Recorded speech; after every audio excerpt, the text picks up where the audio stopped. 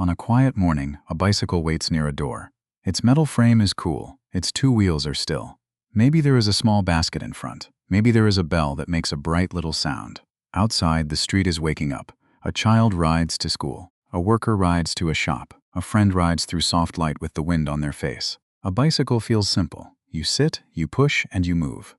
But this simple machine carries a long story. Why do two wheels feel so free? Why did people want a machine without a horse?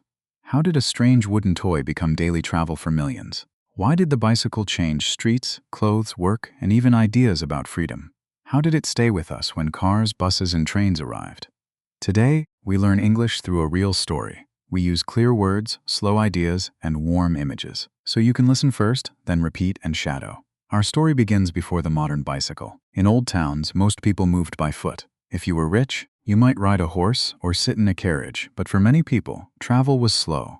A visit to the next town could take a long time. A heavy bag felt heavier with every step, so people dreamed of easier movement.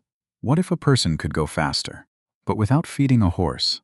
What if a machine could carry the body, not by magic, but by balance and human power? The first answer was not beautiful. It was not comfortable. Many historians describe early two-wheeled machines made of wood.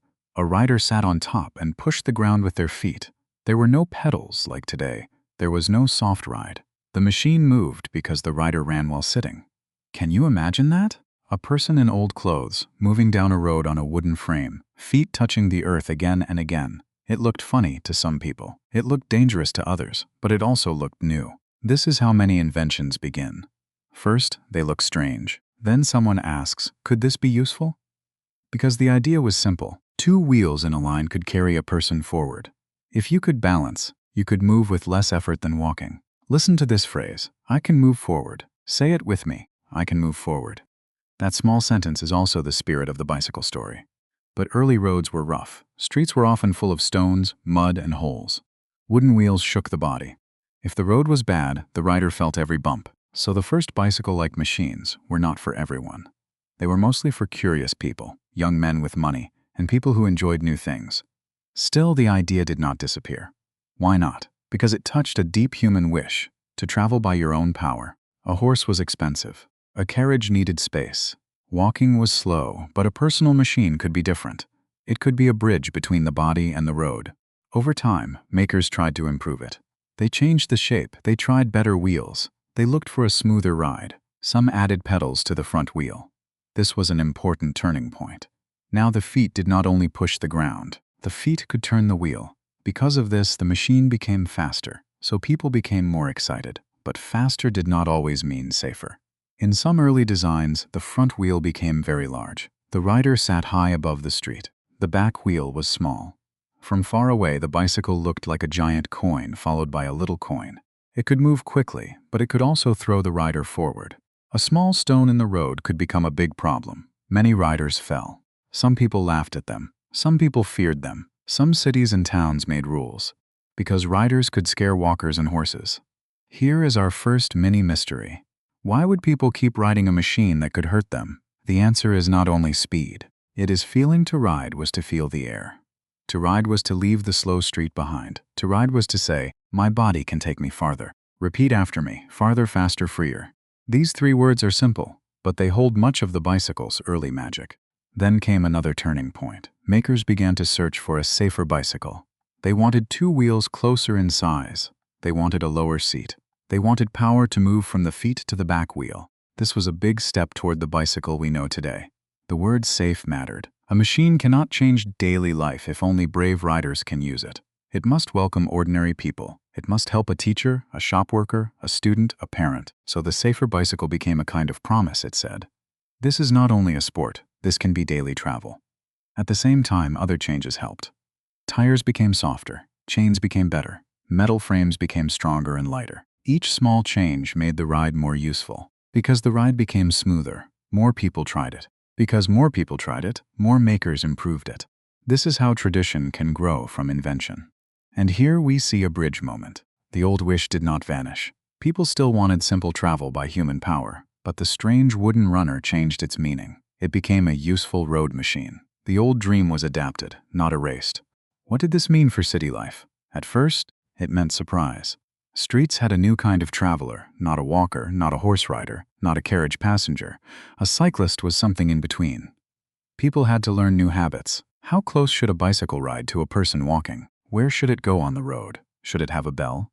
Should streets become smoother? These questions may sound small, but they were part of a larger change because bicycles needed better roads. Some riders began to ask for them. Better roads helped bicycles, but they also helped carts, walkers, and later cars. So the bicycle did not only use the city, it helped push the city to change. The bicycle also changed time. A worker could live a little farther from work. A young person could visit a friend in another area. A family could go out on a quiet day and return before dark. Distance felt different now. How far is near? How far is far? Before the bicycle, the answer depended on your feet, your money, and your horse. With the bicycle, the answer began to change. And as the wheels turned, another story was waiting. It was not only about roads and metal. It was about who could ride, who was allowed to move freely, and who could feel the open air on their face. As the safer bicycle spread, the street began to feel different.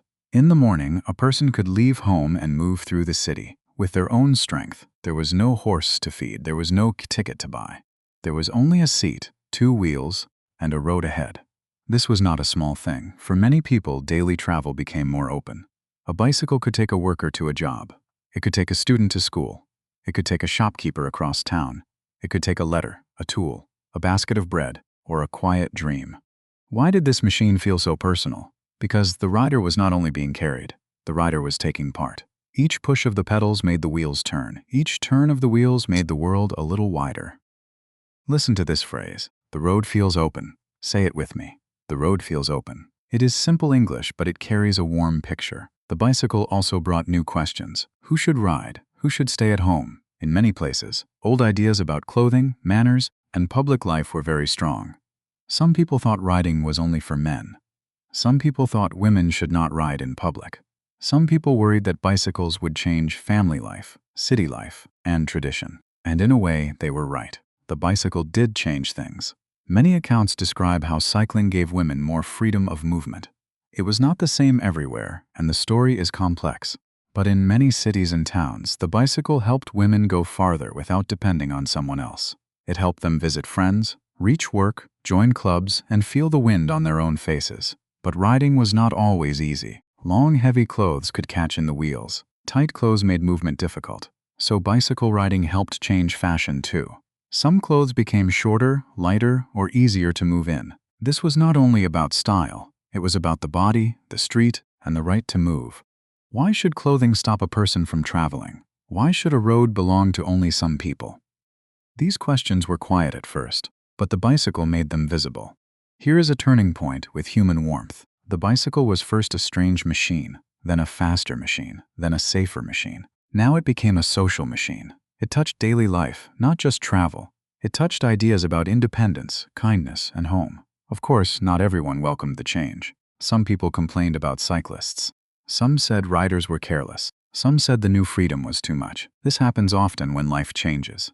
A new object arrives, and people do not only ask, "Does it work?" They ask, "What kind of world will it create?" Because bicycles moved quickly, streets needed order, riders needed rules, walkers needed safety. Cities had to think about space in a new way, so the bicycle became part of a bigger lesson. Freedom works best with care. Repeat after me. Freedom with care. That phrase is useful in life, not only on the road. As more people rode, bicycle clubs appeared. Friends rode together. Some riders explored country roads on weekends. Some people raced. Others rode slowly, just for fresh air and joy. The bicycle could be practical, but it could also be playful. It could carry work in the morning and hope in the evening. Shops began to sell bicycles and parts. Repair workers learned new skills. Factories made frames, wheels, chains, and tires. This created jobs. It also helped spread knowledge about light metal, small machines, and moving parts.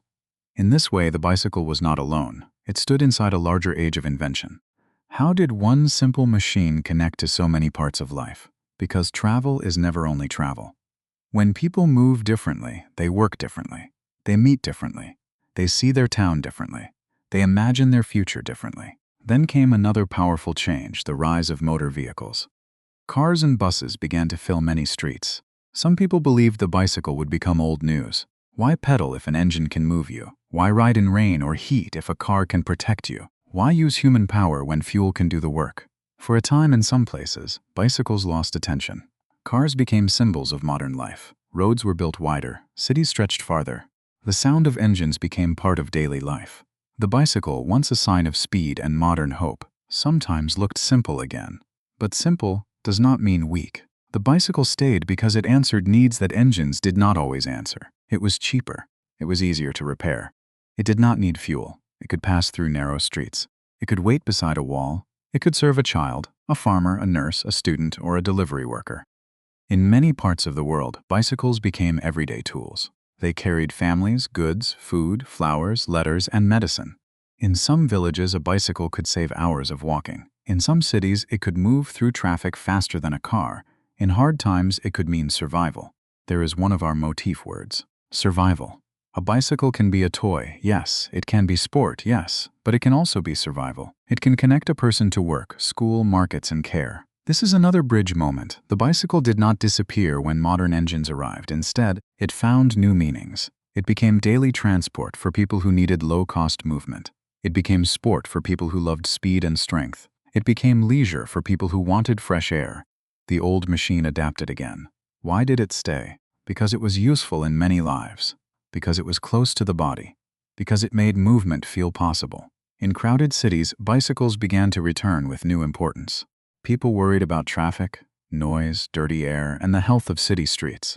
A bicycle offered a different idea. It asked, what if moving through a city could be lighter? It asked, what if streets could be for people, not only engines? Some cities built bicycle lanes. Some made bike-sharing systems, where people could borrow a bicycle for a short trip. Some created car-free days or quieter streets. These changes did not happen everywhere, and they did not solve every problem. But they showed a new respect for an old machine. The bicycle also became part of health. Doctors and teachers often note that gentle riding can help the body move. Parents teach children balance. Friends ride together in parks. Older people ride slowly in the morning light. The bicycle becomes a small habit of kindness toward the body. Say it with me: small wheels, big change. And still the bicycle keeps its first magic. You push and you move. You balance and you continue. The machine is quiet, but it speaks to something deep in us. It says that progress does not always need to be loud. Sometimes progress is a soft chain, a turning wheel, and a person going forward. Today, when we see a bicycle, we may not think about its long journey. It may stand outside a house. It may lean near a school gate. It may wait beside a coffee shop in the afternoon light. It looks ordinary. But inside this ordinary shape, there is a story of invention, survival, freedom, and home. The bicycle has been many things. It has been a strange toy. It has been a risky machine. It has been a sign of speed. It has been a tool for work. It has been a path to independence. It has been a quiet answer to crowded streets. How can one machine carry so many meanings? Because it meets people where they are.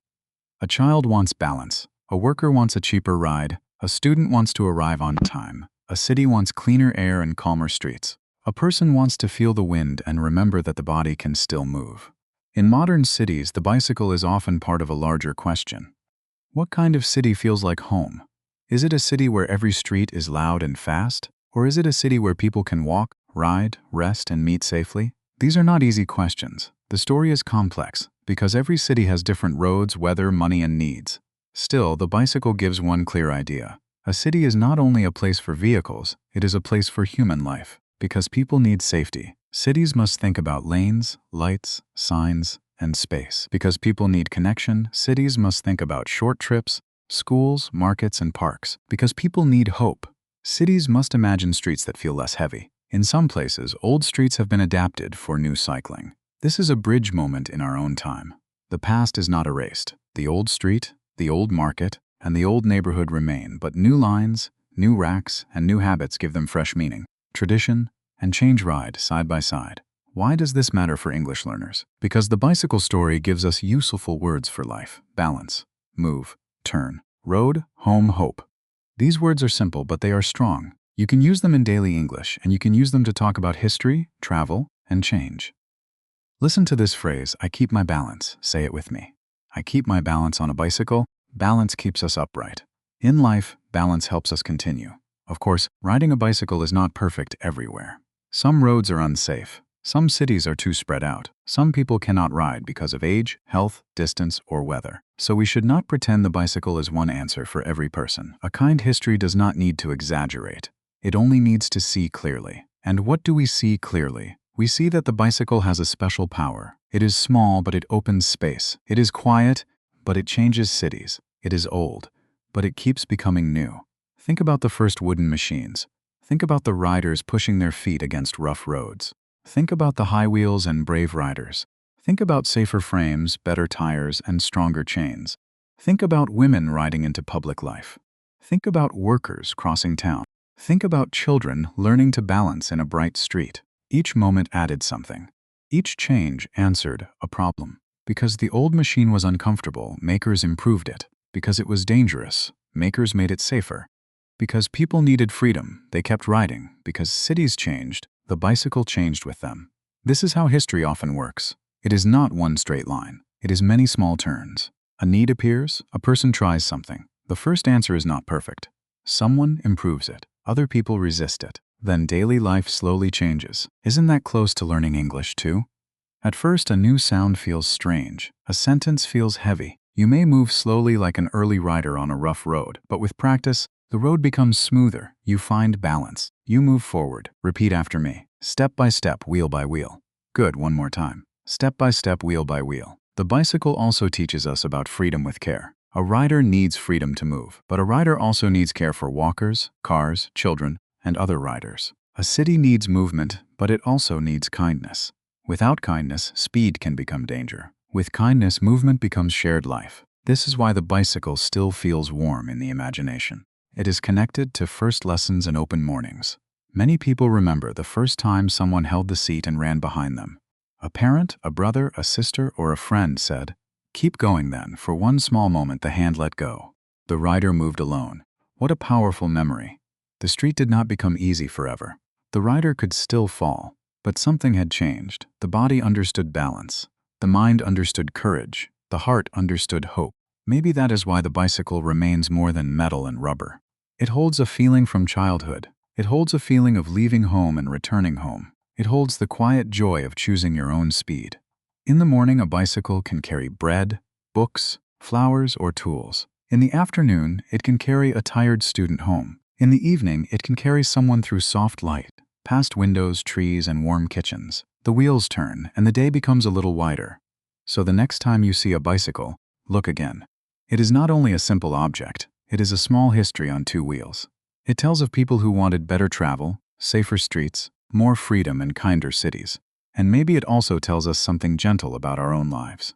We do not always need to move fast. We do not always need a loud engine. Sometimes we only need balance, a little hope, and the courage to push forward. The road is waiting. The light is soft. The wheels are ready. And with each turn, we learn again how to move through the world with freedom, kindness, and home in our hearts.